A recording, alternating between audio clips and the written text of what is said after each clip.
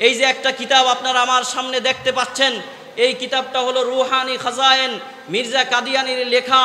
1384টা বইয়ের সমষ্টি এই রুহানি খাজায়েন কাদিয়ানিরা ছেপেছে। এই বইয়ের 22 নম্বর খণ্ডের 503 নম্বর পৃষ্ঠায় মির্জা গোলাম আহমদ কাদিয়ানি সে পরিষ্কার নবী দাবি করতেছে। সে বলে, और मैं उस खुदा की कसम कहा कर कहता हूँ जिसके हाथ में मेरी जान है कि उसी ने मुझे भेजा है और उसी ने मेरा नाम नबी रखा है और उसी ने मुझे मसीह मौऊद के नाम से पुकारा है और उसने मेरी तस्दीक के लिए बड़े बड़े निशान ज़ाहिर किए जो 3 लाख तक पहुँचते हैं। সে বলে, আমি আল্লাহর নামের শপথ করে বলছি যার হাতে আমার জান, ওই আল্লাহ আমাকে পাঠিয়েছে, ওই আল্লাহ আমার নাম নবী রেখেছে। বলেন নাউজুবিল্লাহ। তার নাম বলে আল্লাহ নিজেই নবী রেখেছে, আর বলে আল্লাহ আমাকেই মাসিহে মাউউদ তথা ঈসা আলাইহিস সালাম বলে সম্বোধন করে। নবী ঈসা আলাইহিস সালাতু ওয়াস সালামের শরীয়তে মদ পান করা হালাল ছিল, পরবর্তীতে এটা হারাম হয়ে গিয়েছে। নবী মুসা আলাইহিস সালাতু ওয়াস সালামের শরীয়তে নির্দিষ্ট এক জায়গায় নামাজ পড়তে হতো, পরবর্তীতে এই বিধান রহিত হয়ে গেছে। আল্লাহর পক্ষ থেকে বলা হয়েছে যেখানে মনে চায় সেখানেই নামাজ পড়তে পারবে, জায়গা পবিত্র হলেই নামাজ পড়া জায়েজ আছে। দোস্ত, নবী ইউসুফ আলাইহিস সালাতু ওয়াস সালামের শরীয়তে বিধান ছিল, বৈধ ছিল একজন আরেকজনকে সিজদা করা, পরবর্তীতে এই বিধান মানসুখ হয়ে গেছে, ডিলেট হয়ে গেছে। এই যে বিভিন্ন নবীর শরীয়তে আমল বিভিন্ন বিষয় জায়েজ থাকলেও পরবর্তীতে সেগুলো নাজায়েজ হয়ে গিয়েছে। নবী নূহ আলাইহিস সালাতু ওয়াস সালামের শরীয়তে আপন বোনকে বিয়ে করা বৈধ ছিল, পরবর্তীতে এই বিধান রহিত হয়ে গেছে। আমরা বুঝলাম যে বিভিন্ন নবীদের শরীয়তে বিভিন্ন ধরনের আমলের কথা আল্লাহর পক্ষ থেকে বলে দেওয়া হয়েছিল, কিন্তু 5টা বিষয় এমন ছিল যেই 5 বিষয়ের মধ্যে কোনো নবীর কোনো মতপার্থক্য ছিল না, বরং সব নবী ঐক্যমতের ভিত্তিতে এই 5টা বিষয়ের উপরে আমল করেছেন। এই 5 বিষয় সবাই মেনে নিয়েছেন। কয়টা বিষয় বলেন? কয় বিষয়? 5 বিষয়। 1 নম্বর আকিদাতুল ওয়াহদানিয়াত, আমার আল্লাহ একজন, আমার আল্লাহর একত্ববাদের স্বীকৃতি দেওয়া। আল্লাহ ছাড়া পৃথিবীতে অন্য কোনো ইলাহ নাই, আল্লাহ ছাড়া পৃথিবীতে অন্য কোনো মাবুদ নাই, আল্লাহ ছাড়া পৃথিবীর লালনকারী পালনকারী সৃষ্টিকর্তা আর কেউ নাই। এই দাওয়াত দুনিয়ার সব নবীরা দিয়েছেন, কোন নবীর মধ্যে এই বিষয়ে ন্যূনতম কোনো মত পার্থক্য ছিল না। এটা গেল 1 নম্বর বিষয়। 2 নম্বর বিষয় হলো আকিদাতু রিসালাতিন নবী সাল্লাল্লাহু আলাইহি ওয়াসাল্লাম ওয়া আকিদাতু খাতমিন নবুওয়াহ। পৃথিবীতে আল্লাহ তাআলা যত নবী পাঠাইছেন সব নবী আমাদের রসুল যে সর্বশেষ নবী, এই কথাটাকে তারা মেনে নিয়েছিলেন। তাদের মধ্যে এটা নিয়েও কোনো ইখতিলাফ ছিল না, মতনৈক্য ছিল না, মত পার্থক্য ছিল না, মতবিরোধ ছিল না।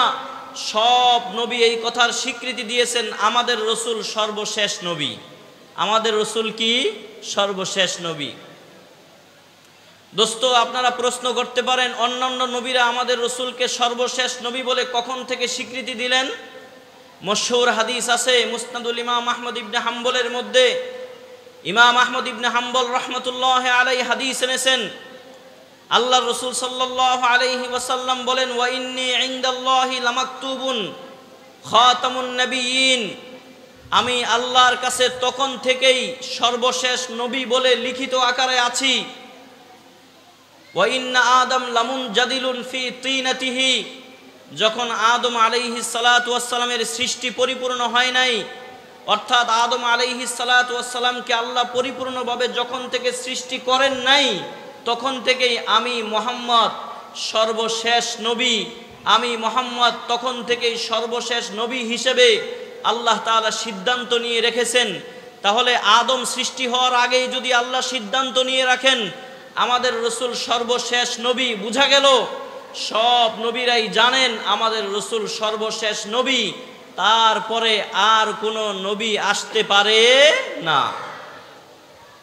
2 নম্বর বিষয়। 3 নম্বর হলো সব নবীরা এই ব্যাপারে ঐক্যমত ছিলেন, একমত ছিলেন সেটা হলো ইবাদত করতে হবে একমাত্র আল্লাহর, অন্য কারো ইবাদত করা যাবে না। 4 নম্বর, সব নবী এই ব্যাপারে একমত ছিলেন, নামাজ আদায় করতে হবে। 5 নম্বর, সব নবী এই ব্যাপারে একমত ছিলেন, আখিরাতের উপরে বিশ্বাস করতে হবে। আমাদেরকে এই দুনিয়ার জমিন থেকে বিদায় নিয়ে আখিরাতের জগতে চলে যেতে হবে, এটার উপরে সব নবীরা একমত ছিলেন। সব নবীরা তার উম্মতদেরকে আখিরাতের দিকে দাওয়াত দিয়েছেন, পরকাল জগতের দিকে দাওয়াত দিয়েছেন, ময়দানে মাহশরের দিকে দাওয়াত দিয়েছেন। তাহলে কয়টা বিষয়ে সব নবীরা একমত? 5টা বিষয়ে। তন্মধ্যে অন্যতম একটা হলো আমাদের নবী সর্বশেষ নবী। এজন্য আমার এই কথাগুলো যারা শুনছেন সবার জ্ঞাতার্থে এই কথা বলছি।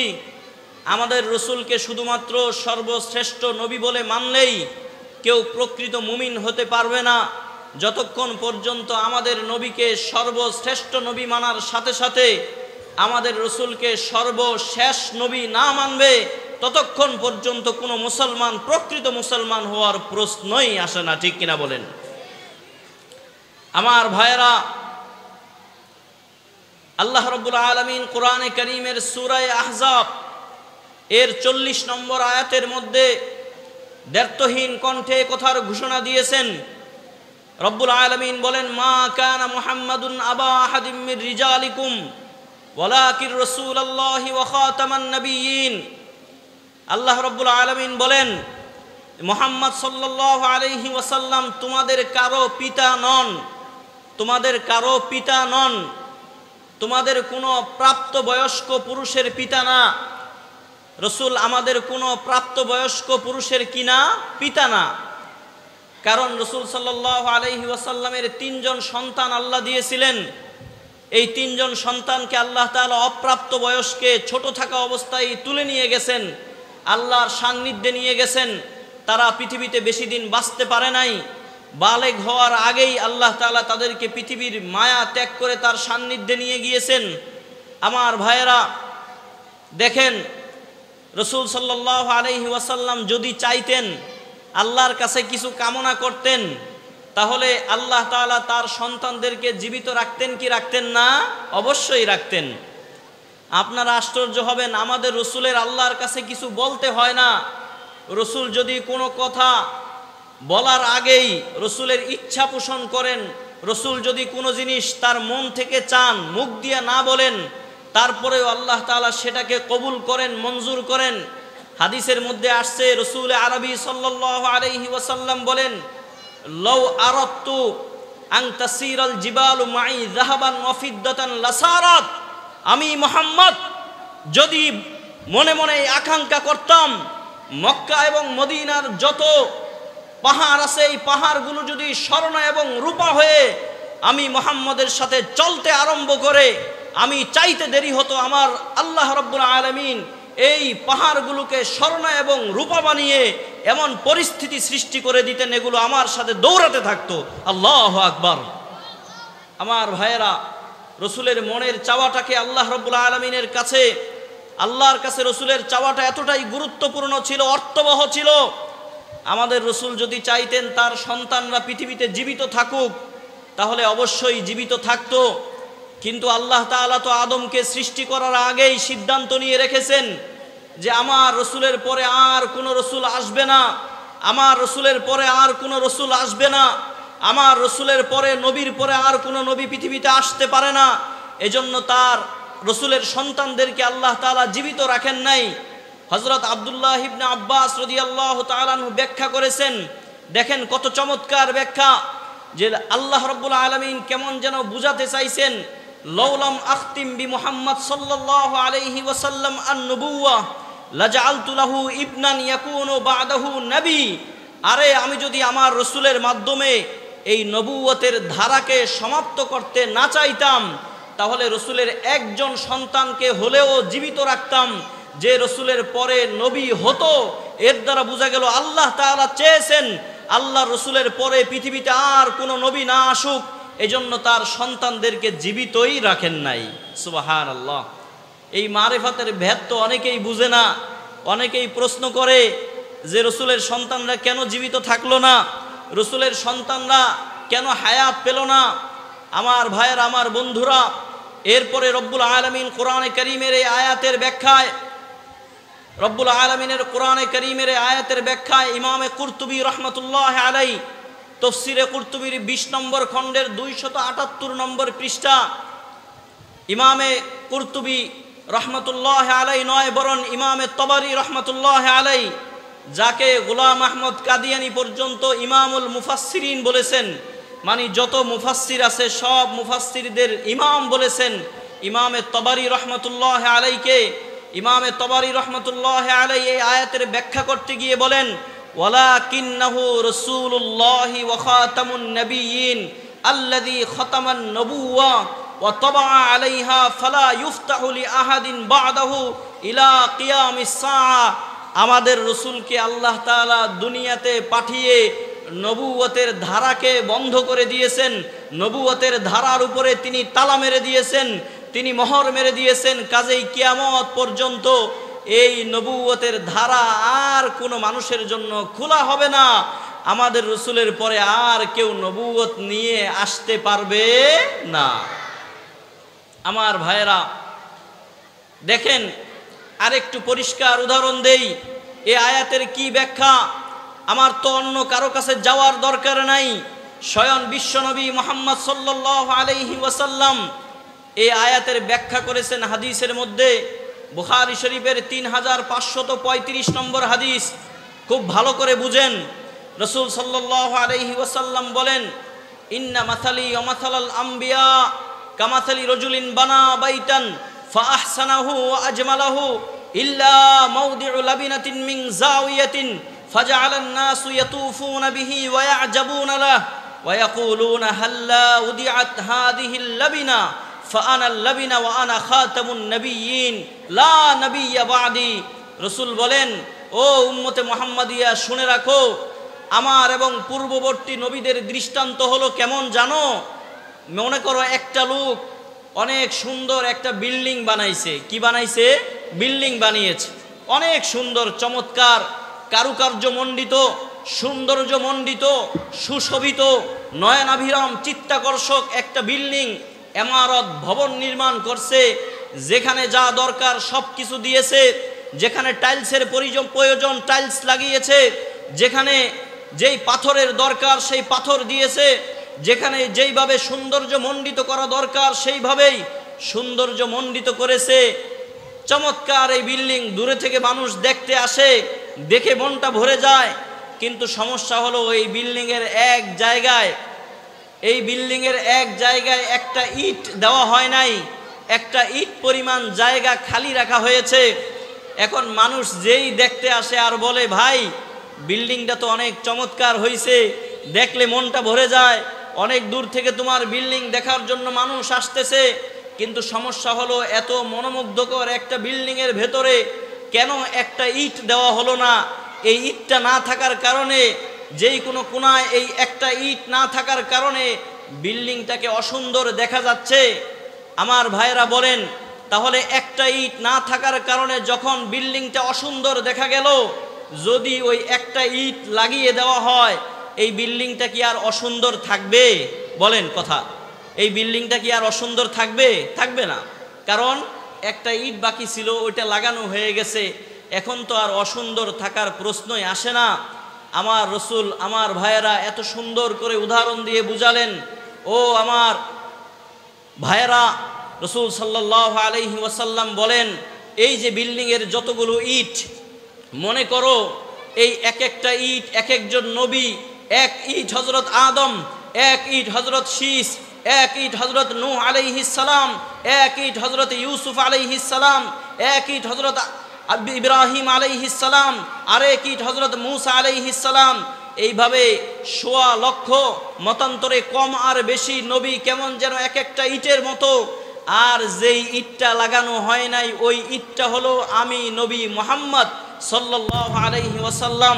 কাজেই ওই বিল্ডিংয়ের ভেতরে শেষ ইটটা লাগানোর পরে যেমন নতুন করে ইটের প্রয়োজন নাই, নতুন কোনো ইঞ্জিনিয়ারের প্রয়োজন নাই, নতুন কোনো গবেষকের প্রয়োজন নাই, নতুন কোনো পণ্ডিতের প্রয়োজন নাই। আল্লাহর রসুল বলেন, ঠিক তেমনিভাবে নবুয়তের সর্বশেষ ইট হলো আমি মুহাম্মদ। কাজেই আমি মুহাম্মদের পরে আর কোনো নবী আসতে পারে না। আমি মুহাম্মদের মাধ্যমেই আল্লাহ রাব্বুল আলামিন নবুয়তের ধারাকে চিরতরে বন্ধ করে দিয়েছে। কাজেই আমার পরে কেউ যদি নবুয়তের দাবি নিয়ে, মিথ্যা দাবি নিয়ে ময়দানে আবির্ভূত হয়, সে প্রকৃত অর্থে নবী নয়, ভণ্ড, প্রতারক, অর্থলোভী, স্বার্থান্বেষী এবং মানবতার চূড়ান্ত দুশমন। ঠিক কিনা বলেন? আমার ভাইয়েরা, দোস্ত, আল্লাহ রসুল সাল্লাল্লাহু আলাইহি ওয়াসাল্লাম এত সুন্দর করে উদাহরণ দিলে আমাদেরকে বুঝালেন আমি মুহাম্মদের পরে আর কোনো নবী আসবে না, আমি মুহাম্মদের পরে আর কোনো নবী আসার সম্ভাবনা নাই। ইন্নার রিসালাতা ওয়ান নুবুওয়াতা কদ ইনকাতাত ফালা রাসূলা বাদি ওয়ালা নাবিয়্যা। নবুয়তের ধারা, রিসালাতের ধারা, রসুল আসার ধারা, নবী আসার ধারা আমি মুহাম্মদের মাধ্যমেই আল্লাহ বন্ধ করে দিয়েছেন। আমার পরে আর কোনো নবীও নাই, আমার পরে আর কোনো রসুলও নাই।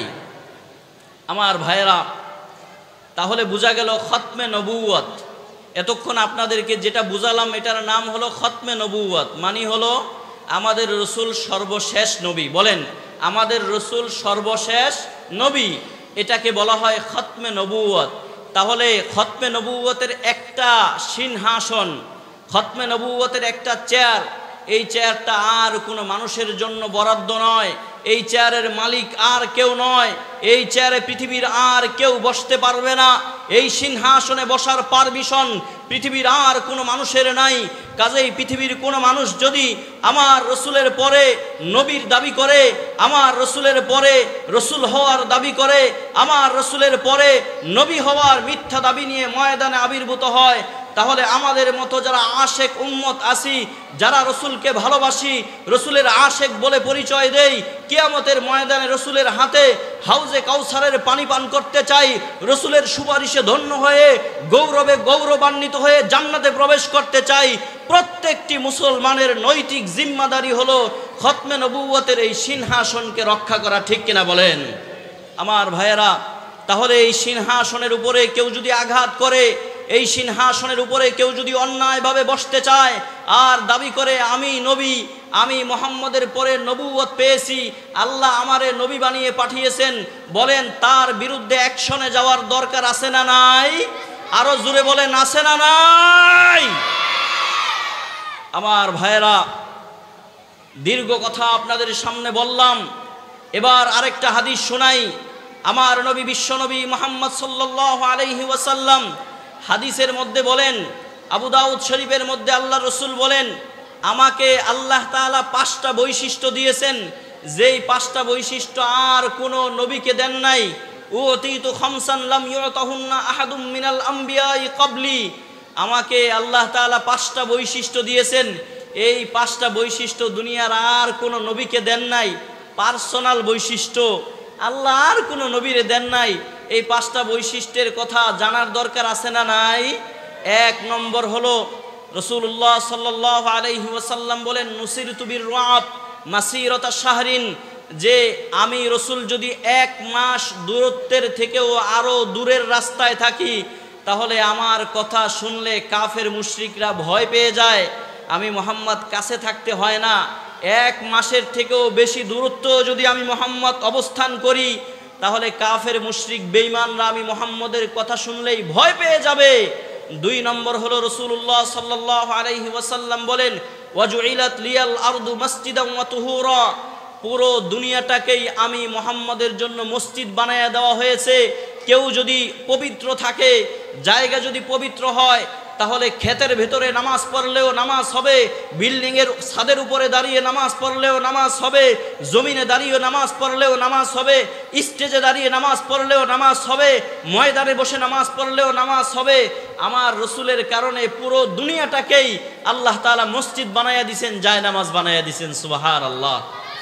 2 নম্বর, 3 নম্বর রাসূলুল্লাহ সাল্লাল্লাহু আলাইহি ওয়াসাল্লাম বলেন, ওয়া উহিল্লাত লিয়াল গনায়েম লাম তাহিল্লা লি আহাদিন ক্বাবলি, গনিমতের মাল, যুদ্ধের ভেতরে প্রাপ্ত সম্পদ, বেঈমান কাফেরদেরকে পরাজিত করবার পরে যেই সম্পদ মুসলমানরা অর্জন করে, ওই সম্পদ আমি রসুলের জন্য হালাল করা হয়েছে, আর কোনো নবীর জন্য তা হালাল করা হয় নাই। 4 নম্বর রসুল বলেন ওয়া উতিতুস শাফাআ, কিয়ামতের ময়দানে একমাত্র এই সুপার পাওয়ার, এই একচ্ছত্র আধিপত্য আমি মুহাম্মদের থাকবে, আর কোনো নবীর এটা থাকবে না। এই একমাত্র অধিকার কার থাকবে? আমাদের রসুলের থাকবে।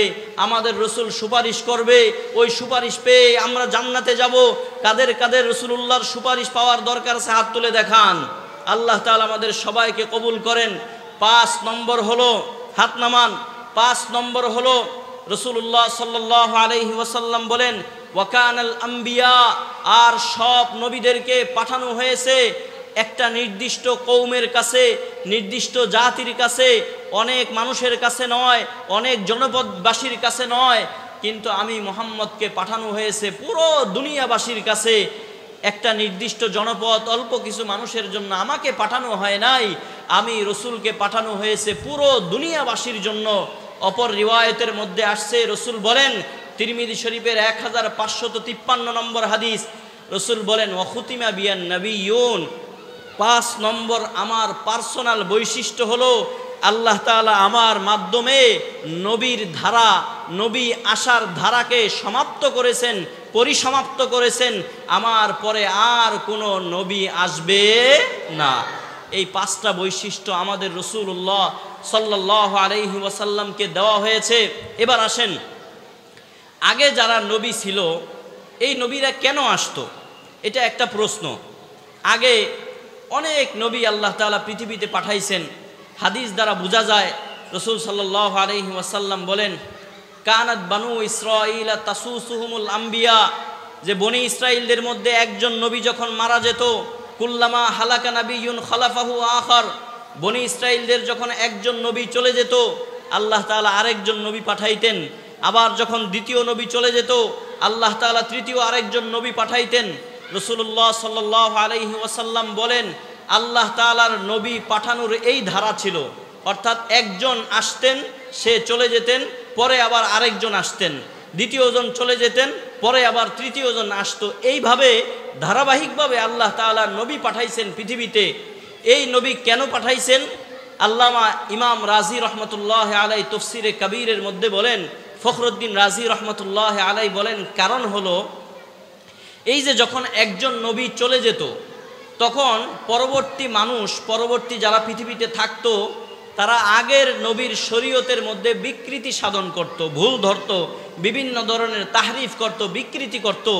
এই জন্য আল্লাহ তাআলা নতুন নবী পাঠিয়ে ওই বিকৃতি যেন না করতে পারে নতুন করে কিতাব দিতেন আর উম্মতকে সংশোধন করতেন। এবার বলেন, আমাদের রসুলকে যে আল্লাহ তাআলা কিতাব দিয়েছেন, এই কিতাব কোরআনে কারীম সংরক্ষণের দায়িত্ব কে নিয়েছেন? আরো জোরে বলেন, কে নিয়েছেন? আল্লাহ নিয়েছেন। ইন্না নাহনু নাযালনা যিকরা ওয়া ইন্না লাহু লাহাফিজুন। আল্লাহ বলেন, এই কোরআন আমি নাজিল করেছি, এই কোরআন সংরক্ষণের দায়িত্ব আমার, কাজেই আমি আল্লাহ এই কোরআন সংরক্ষণ করব। এই কোরআনের মধ্যে কেউ কোনো বিকৃতি সাধন করতে পারবে না।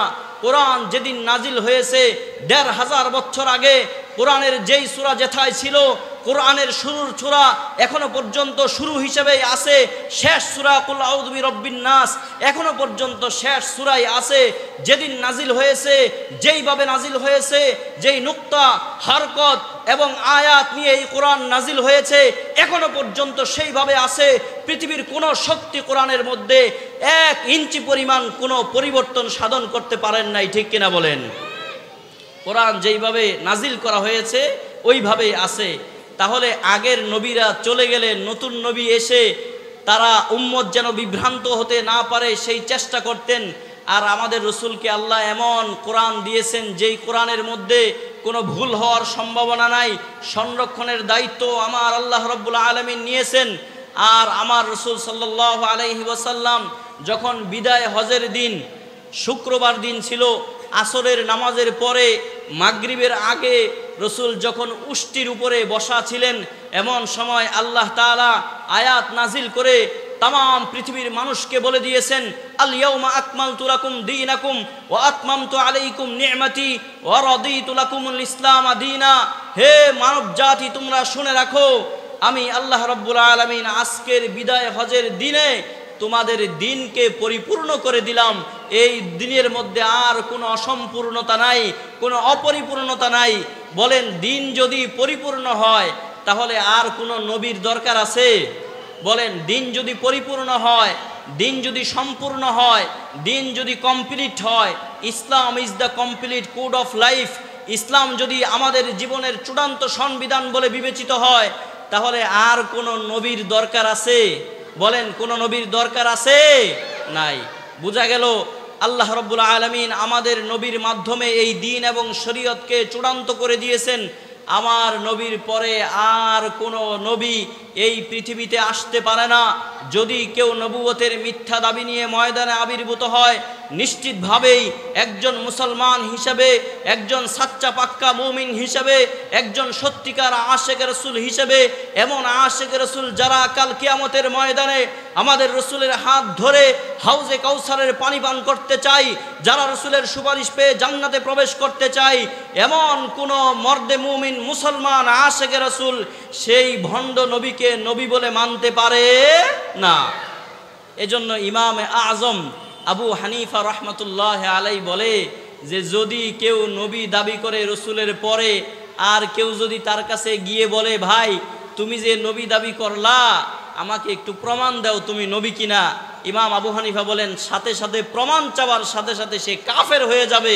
তার কারণ হলো কোরআন বলেছে আমাদের রসুলের পরে আর কোনো রসুল নাই, কোরআন বলেছে আমাদের নবীর পরে আর কোনো নবী নাই। প্রায় 3000-এর মতো হাদিস, যেখানে মুতাওয়াতির হাদিস আছে, মশহুর হাদিস আছে, যেই হাদিসগুলো প্রমাণ করে আমাদের রসুলের পরে আর কোনো রসুল নাই। সব সাহাবীরা বলে গেছেন আমাদের রসুলের পরে আর কোনো রসুল নাই। সব উলামায়ে কেরাম বলেছেন আমাদের রসুলের পরে আর কোনো রসুল নাই। ইমাম আবু হানিফা, ইমাম মালিক, ইমাম শাফি, ইমাম আহমদ ইবনে হাম্বল, ইমাম সুফিয়ানে সাউরি, ইমাম মুজাহিদ, ইমাম কতাদা, এইভাবে বিশ্ব বরেণ্য ইসলামিক স্কলারগণ সবাই একমত হয়ে বলেছেন আমাদের রসুলের পরে আর কোনো রসুল নাই। বিশ্বের সব উলামায়ে কেরাম এই ব্যাপারে একমত, আমাদের রসুলের পরে আর কোনো রসুল আসবে না। কাজেই কেউ নবী দাবি করার পরে তার কাছে গিয়া দলিল চাওয়ার অর্থ হলো এই ব্যাপারে সন্দেহ পোষণ করা। আর রসুলের পরে নবী আসবে কি আসবে না এই ব্যাপারে কেউ যদি সন্দেহ পোষণ করে, সে সাথে সাথে কাফের হয়ে যাবে, বেঈমান হয়ে যাবে। এজন্য দোস্ত, আসুন আমরা আমাদের আকীদা ঠিক করি, আমরা আমাদের আকীদা এটা চূড়ান্তভাবে গ্রহণ করি। আমাদের রসুল সর্বশ্রেষ্ঠ নবী, আমাদের রসুল সর্বশেষ নবী, এর মধ্যে কিঞ্চিত মাত্র কোনো সন্দেহের অবকাশ নাই, এখানে কিঞ্চিত মাত্র কোনো ধোঁয়াশা পোষণ করবার কোনো সুযোগ নাই। আমাদের রসুল সর্বশেষ নবী। এবার আসেন প্রসঙ্গ একটু ব্যতিক্রম দিকে যাই, অন্য কিছু কথা বলি। আপনারা হয়তো বিভিন্ন মাধ্যমে শুনেছেন, electronics media, print media, social মিডিয়ার কল্যাণে আপনারা জানতে পেরেছেন যে আমাদের এই ভারত উপমহাদেশে হিন্দুস্তানের পাঞ্জাব প্রদেশের গুরুদাসপুরের কাদিয়ান নামক এলাকায়, গ্রামে একজন অথর্ব বাটপার ভণ্ড জন্মগ্রহণ করেছিল, যার নাম হলো গোলাম আহমদ কাদিয়ানি। বলেন, নাম কি? গোলাম আহমদ কাদিয়ানি। বাবার নাম গোলাম মুস্তফা, মায়ের নাম হলো চেরাগ বিবি। এই চেরাগ বিবির পোলায়, চেরাগ বিবির সন্তান, সে এই ভারত উপমহাদেশে জন্মগ্রহণ করে 1880 সাল পর্যন্ত সে নিজেকে মুলহাম মিনাল্লাহ তথা যা বলে আল্লাহর নির্দেশিত হয়ে, আল্লাহর পক্ষ থেকে নির্দেশ পেয়ে, আল্লাহর পক্ষ থেকে আদিষ্টিত হয়ে বলে, এই কথার দাবি করেছে। কত সাল পর্যন্ত? 1880 সাল পর্যন্ত। 1882 সালে সে দাবি করলো আমি মুজাদ্দিদ। আমি কি? মুজাদ্দিদ। 1891 সালে সে দাবি করলো আমি মুজাদ্দিদ তো আছি, পাশাপাশি আমি মাসিহে মউউদ তথা হযরত ঈসা আলাইহিস সালাম। বলেন নাউজুবিল্লাহ। 1898 সালে সে দাবি করলো আমি শুধু ঈসা নয়, বরং আমি নিজে ইমাম মাহদি। আমি নিজে কি? ইমাম মাহদি। 1901 সালে সে দাবি করলো আমি জিল্লি নবী, বুরুজি নবী, ছায়া নবী। আর 1903 সালে সে স্বতন্ত্র নবী বলে দাবি করলো। এইভাবে এই ভারতের ভণ্ড প্রতারক অর্থলোভী স্বার্থান্বেষী মানবতার চূড়ান্ত দুশ্মন সে নিজেকে নবী বলে দাবি করেছে। আমার ভাইয়েরা, হুজুর চলে আসছেন, দুই একটা কথা বলেই শেষ করে দিচ্ছি। এই যে একটা কিতাব আপনারা আমার সামনে দেখতে পাচ্ছেন, এই কিতাবটা হলো রুহানি খাজায়েন, মির্জা কাদিয়ানির লেখা ১৩৮৪টা বইয়ের সমষ্টি এই রুহানি খাজায়েন। কাদিয়ানিরা ছেপেছে এই বইয়ের ২২ নম্বর খণ্ডের ৫০৩ নম্বর পৃষ্ঠায় মির্জা গোলাম আহমদ কাদিয়ানি সে পরিষ্কার নবী দাবি করতেছে। সে বলে, और मैं उस खुदा की कसम कहा कर कहता हूँ जिसके हाथ में मेरी जान है कि उसी ने मुझे भेजा है और उसी ने मेरा नाम नबी रखा है और उसी ने मुझे मसीह मौऊद के नाम से पुकारा है और उसने मेरी तस्दीक के लिए बड़े बड़े निशान ज़ाहिर किए जो 3 लाख तक पहुँचते हैं। সে বলে, আমি আল্লাহর নামের শপথ করে বলছি যার হাতে আমার জান, ওই আল্লাহ আমাকে পাঠিয়েছে, ওই আল্লাহ আমার নাম নবী রেখেছে। বলেন নাউজুবিল্লাহ।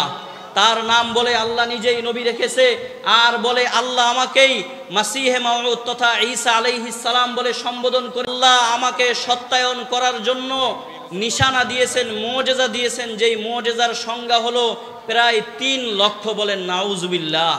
এমন ধৃষ্টতা দেখিয়েছে, নবী দাবি করেছে। কাজেই এই কাদিয়ানি সম্প্রদায়ের ব্যাপারে আমাদেরকে সতর্ক থাকতে হবে, কোনোভাবেই তাদের খপ্পরে পড়ে ঈমানকে হারানো যাবে না।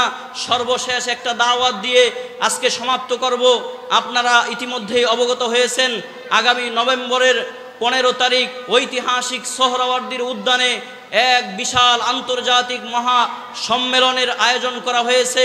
পাকিস্তান থেকে, সৌদি আরব থেকে, ইন্ডিয়া থেকে, বিভিন্ন বিশ্বের বিভিন্ন রাষ্ট্র থেকে বড় বড় ইসলামিক স্কলারগণ এবং মহামান্য আলেমগণ আসবেন, বক্তব্য রাখবেন। বাংলাদেশের সর্বস্তরের উলামায়ে কেরাম, তৌহিদি জনতা, আশেকে রাসূলরা সোহরাওয়ার্দীর উদ্যানে উপস্থিত হবে। 15 নভেম্বর রোজ শনিবার সকাল 9টা থেকে প্রোগ্রাম আরম্ভ হবে।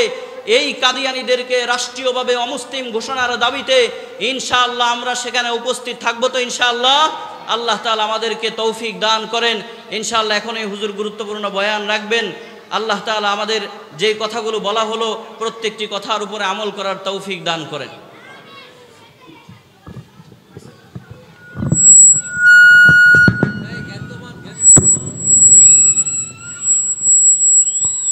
মাশাআল্লাহ, বারাকাল্লাহ, হায়াতাল্লাহ। হযরতকে তার মূল্যবান পেশ করার জন্য অসংখ্য অসংখ্য শুকরিয়া। হুজুর যে কথাগুলো বলছেন এই কথাগুলোর উপর আল্লাহ তাআলা আমাদেরকে আমল করার তৌফিক দান করুন। দরুদ এবং সালাম পেশ করছি বিশ্ব মানবতার মুক্তির দিশারি আকায়ে নামদার তাজদার মদিনা সরকার দু আলম সৈয়দুল আবরার ইমামুন নবীন শাফিউল মুযনিবিন শাফিয়ে কাউসার সাকিয়ে কাউসার শফিয়ে মাহশর মুহাম্মদ সাল্লাল্লাহু আলাইহি ওয়াসাল্লামের উপরে, যার মাধ্যমে আল্লাহ রাব্বুল আলামিন নবুয়তের ধারাকে পরিসমাপ্ত করেছেন। অবশ্যই তারপরে আর কোনো নবী আসবে না, তারপরে আর কোনো নবী আসেনি এবং কিয়ামত পর্যন্ত আমাদের রসুলের পরে কোনো নবী আসার সম্ভাবনা নেই। মুহতারাম হাজিরিন, আমাদের মুসলমানদের জন্য দুটি বিষয় অত্যন্ত গুরুত্বপূর্ণ।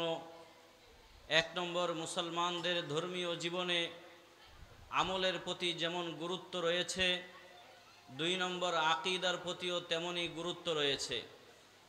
যদি সারা দিন সারা রাত মুসলমান আমল করে কিন্তু তার আকীদা যদি বিশুদ্ধ না হয়, আকীদার ভেতরে যদি গোলমাল থাকে, ঝামেলা থাকে, তাহলে হাজারো আমল করে কোনো লাভ নাই। এজন্য আমাদের প্রথম কাজ হতে হবে, আমাদের আকীদা বিশুদ্ধ হতে হবে। ঠিক কিনা বলেন? মুহতারাম হাজিরিন, আপনারা হয়তো জানেন আমাদের রসুল সাল্লাল্লাহু আলাইহি ওয়াসাল্লামকে আল্লাহ রাব্বুল আলামিন এই পৃথিবীতে পাঠিয়েছেন মানবতার মুক্তির দিশারি হিসেবে। আমাদের রসুল সাল্লাল্লাহু আলাইহি ওয়াসাল্লাম তিনি সর্বশ্রেষ্ঠ নবী। কেউ যদি এতটুকু বিশ্বাস করে তাহলে সে প্রকৃত মুমিন হতে পারবে না। যতক্ষণ পর্যন্ত সাথে সাথে এই বিশ্বাস না করবে আমাদের রসুল সর্বশেষ নবী, ঠিক কিনা বলেন? বিশ্বাস করতে হবে আমাদের রসুল সর্বশেষ নবী। এই বিশ্বাস করার আগ পর্যন্ত একজন মানুষ প্রকৃত মুমিন হতে পারবে না।